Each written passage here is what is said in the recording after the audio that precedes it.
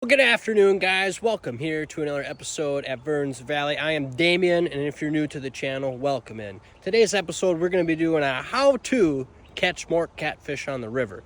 Now, this is my third day in a row fishing on the river. I don't get blessed that frequently, I should say, that often with fishing. Always something comes up.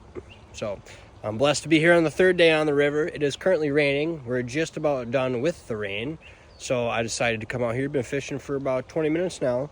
So again, how-to video. So we're going to give you guys tips and tricks on how to catch more catfish. And hopefully we'll throw a couple fish in the video as well to hopefully make it a little more juicier. So I am filming with my phone today. GoPro's dead. The 4K camera's dead. Like I said, it's the third day fishing out here. So I wasn't really expecting going out fishing today. But I was like, we're going fishing. So last time I was out here when it was raining, I actually did fairly good. So we'll see what today brings. So tip number one I have for you is location. Location. Now, obviously, you could probably just go anywhere on the river and try to catch catfish, but you kind of want to look for one of these. So what I am currently on right here is a bump out or a rock pile. This is actually a petroleum pipeline right here. So as you can see, a big rock pile here and across over there. You could zoom in a little bit. You can see there's another rock pile to the other end of the pipeline that goes across the river. So big rock pile right here, and as you can see, the current of the river comes across the rock pile, breaks, and then you have this current break right here, as you can see. So a lot of times the fish will come into or sit up right along the current breaks. So the fish will sit, hypothetically, they'll sit right here, and then the bait fish will come from the main river, and then the channel cats or the big boys, whoever is sitting there waiting for food, they just sit there and wait for the bait fish to go along the current. So that's a good spot right there, is along the current break. And then also in this scenario here, you have the main current, right? Like I said, the current break right there, and then you have this big yeti pool, whirlpool, however you want to call it. So a good line on the main break, and then current break, and then another line kind of in this deep hole right here. So the water from the river will come in and then just back feed. So as you can see, over here's a pretty good indication. As you can see, the water, you can kind of see it going back and forth. So like I said, the water will come out from the main river, main channel, and then just pool up in here along that current break. So a lot of good opportunities in here. We have some logs over there. So good channel cats, flatheads also love structure. So a little bump out, a little yeti, a deep hole is a good spot along the current break, a little bump out like this. So that's a little tip for you. Location. Another good spot is if you have a little channel, like a little creek coming off. Especially with the rain we've gotten, everything's running pretty high right now. So that would also be a good spot. You set up right along the fritz of the main river, and then the little creek that comes out, and then again the big fish just love to sit there and wait for the small bait fish to come up. So less work for them when they just sit there and let the fish come to them. So that's tip one, guys. Location. All right, guys, I got tip number 2, dose for you. So weather conditions really play a big factor in fishing. Obviously, if you guys are avid fishermen, you know that. So you kind of have to put into consideration that obviously fish don't have eyelids. We have eyelids. So fish do not like being directly in the sun. So during the daytime, they love to go to deep holes or deeper in the river, so they're away from the sunlight. It's better for them. So I shouldn't say it is better for them, but that's where they like to hang out. The deep, dark, cool places during the daytime, and then nighttime, they like to come out and they feed in the shallows. So there's no sun directly hitting them in the eyes. They don't have to worry about any of that, and there's not as much predators out at nighttime. Yeah, I think that makes, pretty much sense. So that's why you see a lot of people fishing at nighttime for catfish, or like today. Yesterday it was completely sunny out. We caught one fish. Now today, it rained. Rained all day today. This rain just broke, And now you can see it's pretty much overcast, guys. Maybe the sun trying to come out a little bit right there. But no luck. I mean, we missed one. I had one on. I had him about halfway in, and then he got off.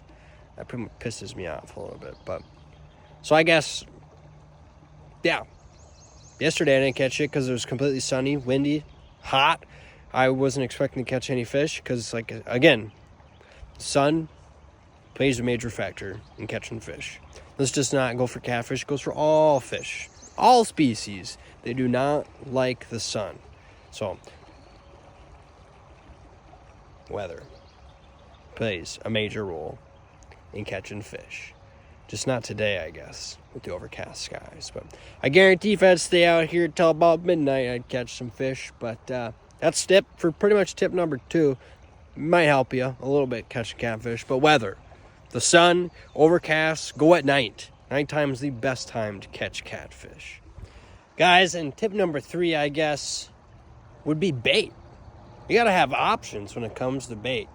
So catfish love stinky bait. They love the scent. They can smell it. Attracts them, right? So I got beef liver for bait today. I got shad, little baby shad. You can buy at Shields, and then night crawlers. So I've done good a couple days ago on beef liver. Catfish really loved it. I caught 2 or 3 of them. Today, not so much. Like I said before, I'm not sure if I said it in tip 2, but I missed a fish. And that was, I got a fish right now. So real quick, let's see if he's still on there.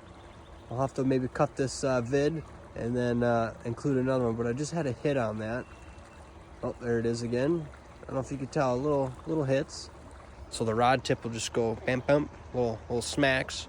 And that would be indication of a fish trying to latch onto that sucker. So bait, back to the bait thing. So you can cut up chicken breasts into little cubes.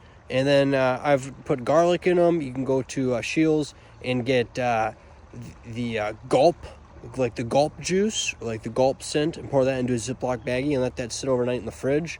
Use that before as bait. Like I said, beef liver. You can use suckers. You can try to catch little white drumfish and use those as cut bait. Catfish, those little bullheads. There's a lot of things you can use for bait. So really, when you go out to the river, guys, just don't bring one bait. Try to have a few options for the fish, because you never know what they're biting on that day or that location at the river. So night crawlers just got bit. Obviously today they're liking the night crawlers better than the beef liver. So if you guys can leave a comment, if you guys have tried beef liver, or what are your thoughts on beef liver? I've heard it's good, but I've also heard from other people that it sucks. So I'd greatly appreciate any feedback on that. So we've been out here for about 2 hours now and haven't caught anything, so we'll see what happens. All right, guys, this is gonna be my vent session right now. So I had the brown rod, okay?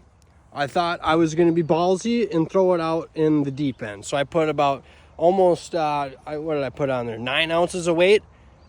Got that sumbitch snagged, okay? Working on getting that one out.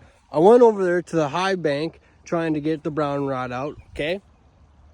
I look over, purple rod's just fucking wailing. I was like, oh, I gotta go. So I ran. I got it. I put down the brown rod.